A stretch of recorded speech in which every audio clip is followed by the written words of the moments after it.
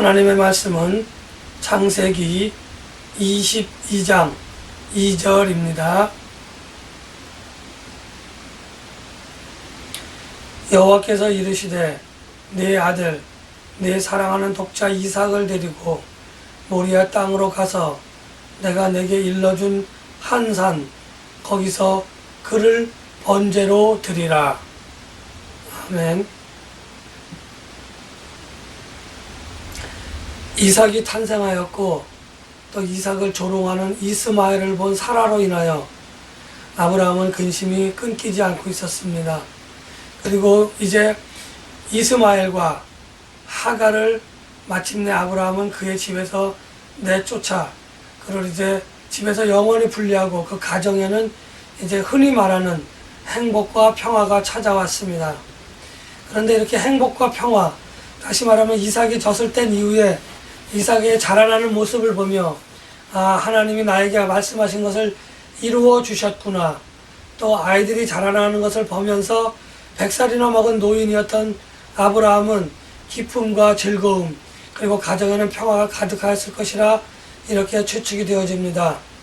그러던 어느 날 하나님께서 아브라함에게 나타나서 네가 사랑하는 아들, 내 아들 이삭을 모리아 땅에 있는 어떤 산으로 가서 거기에서 번제로 드려라 이렇게 말씀을 하십니다. 그런데 중요한 것은 그렇게 번제를 드리라고 했음에도 불구하고 아브라함은 주저하지 않고 있다는 겁니다.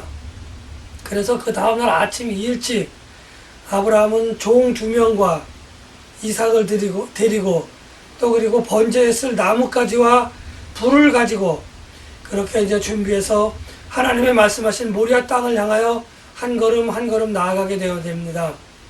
평화롭고 기쁘고 즐거웠던 그 집안이 하루아침에 쑥대밭이 되는 그러한 상황이었습니다. 그런데 여기서 또 한 가지 우리가 눈여겨볼 것은 하나님께서는 사람의 생명을 굉장히 소중하게 여기십니다. 그래서 나중에도 나오지만은 사람을 죽이는 일을 하나님은 원하지를 않으세요. 그런데 오늘 아브라함에게 뭐라고 이야기하고 계시냐면 내 아들을 번제로 드리라고 이야기합니다. 다시 말하면 사람을 제물로 드리는 그러한 제사는 하나님이 원하시는 하나님이 만드신 제사 방법이 아닙니다. 당시에 아브라함이 살고 있던 가나안 땅에 있는 수많은 우상을 섬기는 종족들, 또 요즘 말로 이야기하면 우상과 이단들이죠. 그들이 섬기는 그 신들에 대한 제사 방법 중에는 사람을 제물로 바치는, 쉽게 말하면 인신공양의 제사가 있었던 겁니다. 그런데 하나님께서 아브라함에게 이삭을 제물로 드리라라고 이야기를 합니다. 제물로 드려서 죽이는 것까지는 좋은데 또 번제로 드리라고 이야기합니다. 번제로 드리라고 하는 얘기는 무엇이냐면은 그 사람을 죽인 이후에 그것을 불태워버리라고 이야기하는 겁니다. 이삭을 2번 죽이는 겁니다. 칼로 찔러서 죽이고 그리고 그 죽은 시체를 장사도 하지 못하게 그렇게 불로 태워버리는 그런 제사를 드리라고 하나님이 아브라함에게 이야기합니다. 아브라함은 그 다음날 아침에 일찍 일어나서 이삭을 데리고 2 종을 데리고 머나먼 길 3일 동안이나 되는 그 길을 향하여 한 걸음 한 걸음 걸어가는 그 걸음걸이마다 아마도 아브라함은 깊은 고심이 있었을 것이고 아브라함은 말로 형용할 수 없는 그러한 가슴이 찢어지는 아픔을 가지고 있었을 것입니다. 그럼에도 불구하고 그 아들 이삭에게 아무런 말도 하지 못하고 묵묵히 나아갑니다. 그리고 이제 나아가는 중에 이삭이 2가지를 아버지에게 요구합니다. 먼저는 내 아버지여 라고 이렇게 부릅니다. 아마도 아브라함의 이삭의 그 물에 아브라함은 그 말에 아브라함은 가슴이 덜컥 주저앉았을 겁니다. 드디어 올 것이 오고 말았구나. 내가 이에게 모든 것을 이야기해야 되겠구나. 그렇게 생각을 했을 것입니다. 그리고 2번째로 이제 아버지 우리가 그 나무 번제로 드리기 위해서 불을 피워야 하는 나무와 또 그렇게 우리가 불을 준비해 가지고 가는데 그 제사에 쓸 그런 양은 어디 있습니까?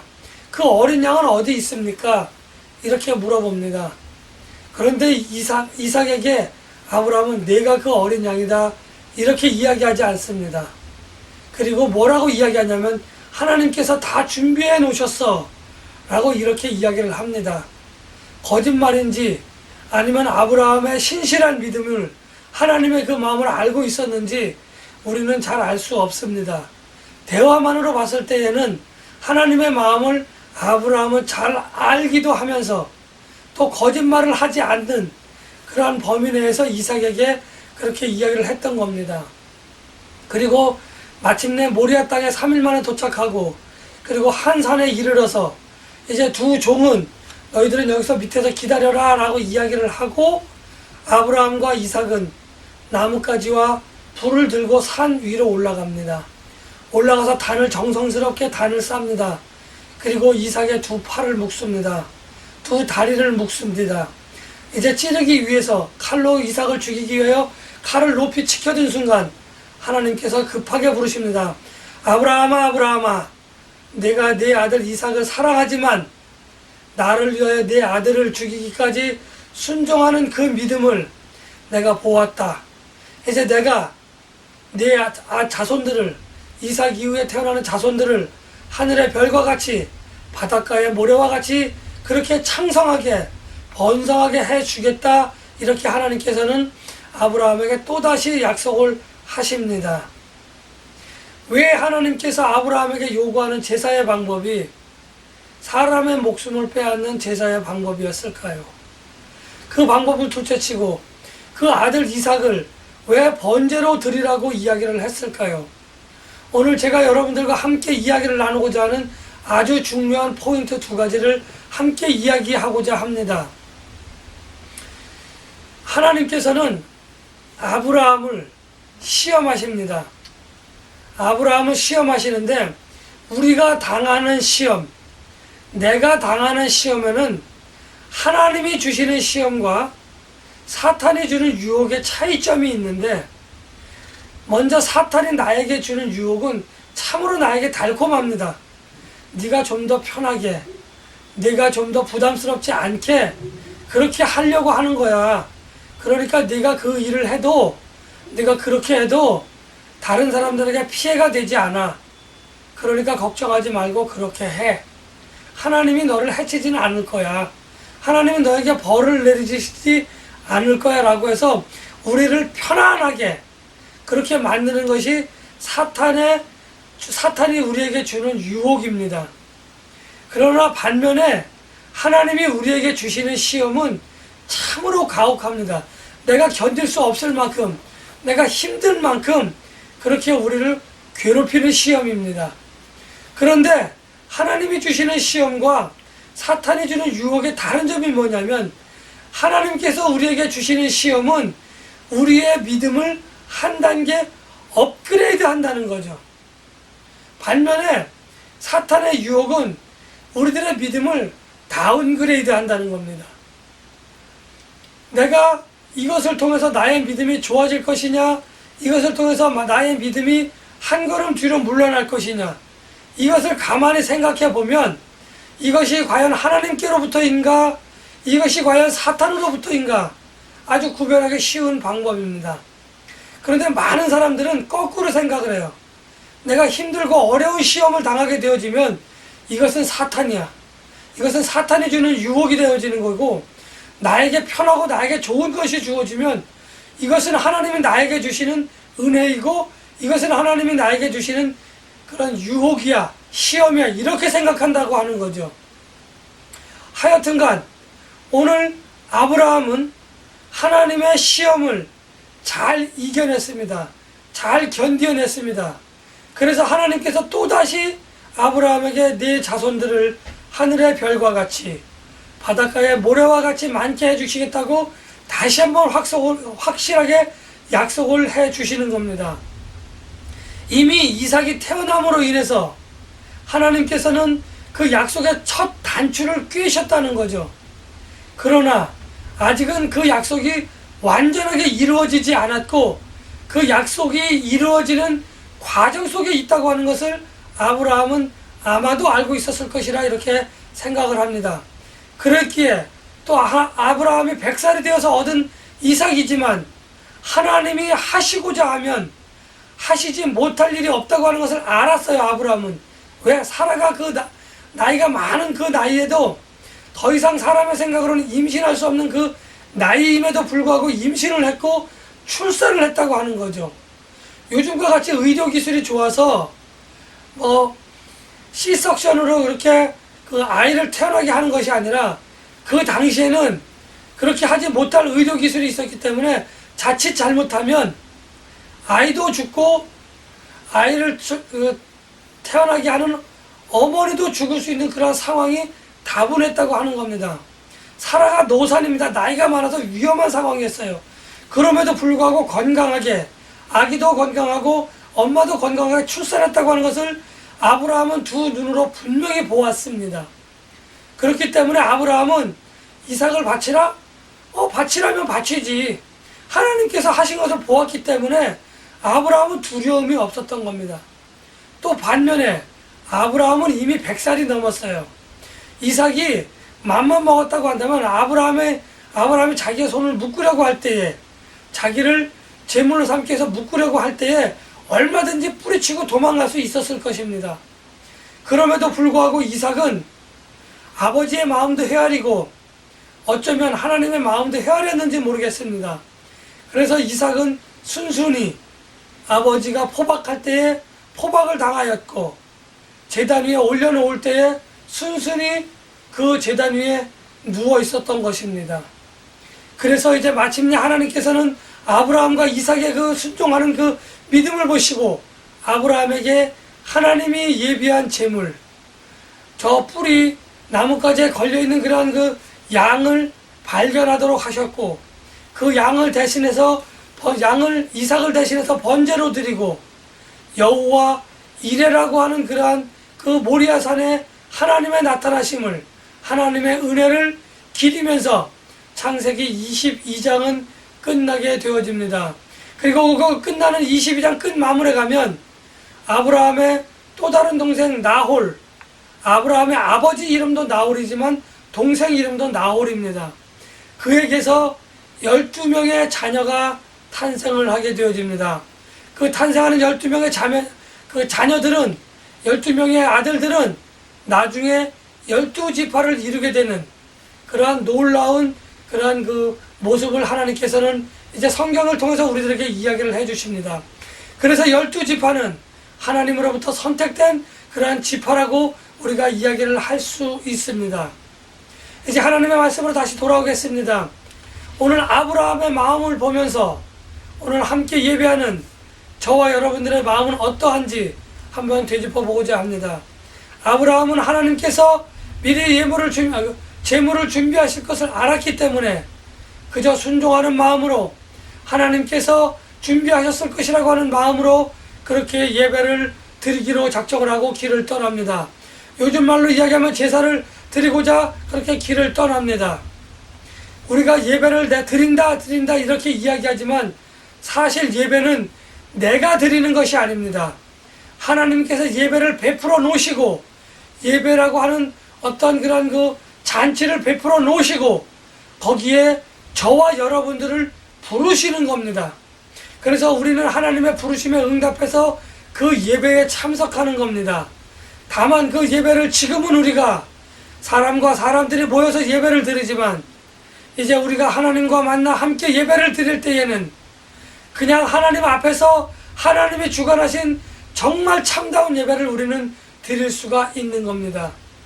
행여나 혹시 예배를 드리기 위해서 이 자리에 참석하신 분들 가운데 내가 예배를 드리지, 내가 예배를 보도록 하지 라는 생각을 가지고 있다고 한다면 이제로부터는 그 예배를 하나님이 베풀어 놓으신 하나님의 잔치에 내가 단순히 참석하는 거다 라는 그러한 마음을 가지고 예배에 참석해야 할 것입니다.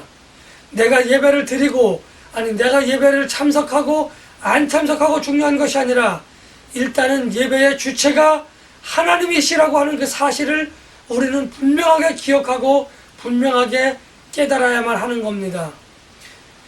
두 번째로 예배에 참석하는 그 아브라함의 마음, 먼저는 집을 떠나는 그 아브라함의 마음은 발걸음은 무거웠을 것입니다. 이삭을 죽인 이후에, 이삭을 번제로 드린 이후에 내가 사라에게 이 이야기를 어떻게 말을 해야 되지? 아브라함의 그 고민은 점점점 발걸음을 옮기면 옮길수록 깊어졌을 것입니다. 또 두 번째로 창세기 21장에 아비멜렉 왕이 내가 하나님과 함께하는 것을 내가 알기 때문에 휴전동맹 아니면 화평한 동맹을 맺기 위해서 아브라함에게 동맹을 제의했다고 하는 것을 저는 말씀을 드렸습니다. 하나님이 함께하시는 하나님의 사람 아브라함이 어떻게 자식을 죽일 수 있지? 어떻게 자식을 죽이면서 제사를 드릴 수 있지? 그런 질문을 하나님을 믿지 않는 사람들이, 설사 하나님을 믿더라도 그 주변 사람들이 아브라함에게 질문했을 때 아브라함은 과연 어떻게 대답해야 할지 그 발걸음마다 고민이 있었고 아마도 참지 못할 고통의 발걸음이 되었을 것이라고 저는 생각을 합니다. 그리고 그 아들 이삭이 묻습니다. 아버지, 우리가 제사에 쓸 어린 양이 어디 있습니까? 라고 묻는 그 질문, 아브라함은 참으로 대답하기 힘들었겠지만 하나님이 예비하실 거야 라는 질문을 합니다. 이제 이 사건을 그대로 저는 골고다에 있는 십자가의 상으로 그대로 옮겨보고 싶습니다. 하나님께서 온 세상의 죄를 용서해 주시기 위하여 세상의 어떠한 제물로도 하나님께서는 그 죄를 용서하시지 못하셨습니다. 다만 구약의 제사를 통해서 한 번의 화목제를 통하여 1년간의 죄를 씻어주실 수는 있었지만 그 이후의 죄에 대해서는 또다시 제물을 드려야 하는, 매년 같은 화목제물을 드려야 하는 그러한 그 고통과 번뇌 속에서 살던 우리들의 모습을 한번 돌아보아야만 합니다. 하나님께서는 온 세상의 죄를 사하시기 위하여 직접 하나님의 어린 양이 되시는 예수 그리스도를 성령으로 잉태케 하시고 그를 출생케 하시고 그가 33살이 되던 해에, 추측이긴 하지만 대략적으로 33살이 되던 해에 그는 십자가에 스스로 못 박혀 죽으심으로 인해 온 세상의 죄를 다 용서하셨다는 겁니다. 이처럼 이삭의 죽음은 예수 그리스도의 죽음과 상당히 비교가 되고 상당히 예표가 되어지는 그러한 제사의 모습으로 오늘 우리들에게 보여주고 있다고 하는 것을 우리는 기억해야만 하는 것입니다. 하나님의 시험이냐 사탄의 유혹이냐 하는 것은 이것이 하나님의 영광을 드러낼 것인가 아니면 나에게 편안함과 즐거움을 줄 것인가 하는 것에 그것을 분리하는, 그것을 나누어 줄 수 있는 그러한 기준이 되지 않나, 저는 이렇게 생각을 하고 여러분들에게 말씀을 드립니다. 하나님께서 미리 준비한 어린 양을 통해 온 세상의 죄를 사하여 주셨고 저와 여러분들이 예배에 참석할 수 있도록 그렇게 우리들에게 은혜를 허락하셨다고 하는 것을 우리는 기억해야만 합니다. 이제 저는 여러분들에게 묻습니다. 과연 여러분들은 예배에 참석할 때에 어떤 마음가짐으로 참석을 합니까? 또 하나님께서 그렇게 직접 화목제물로 어린 양을 준비하셨었는데 여러분들은 과연 무엇을 준비해 가지고 예배에 나왔습니까? 이 두 가지를 저는 여러분들에게 묻고자 합니다. 그냥 주일이니까 시간이 되었으니까 예배를 드리지, 제사를 드리지라고 하는 마음으로 나왔다고 한다면 오늘 이 시간 이후로부터는 마음을 고치고 또 정성을 다하여서 하나님이 베풀어 놓으신 그 잔치에 나의 삶, 어떤 돈이나 물질이 아닌 나의 삶 전체를 기꺼이 즐거워하는 마음으로 내놓을 수 있는 그러한 마음을 가지고 나와야만 할 것입니다. 아브라함은 그의 아들 이삭을 아끼지 않았습니다.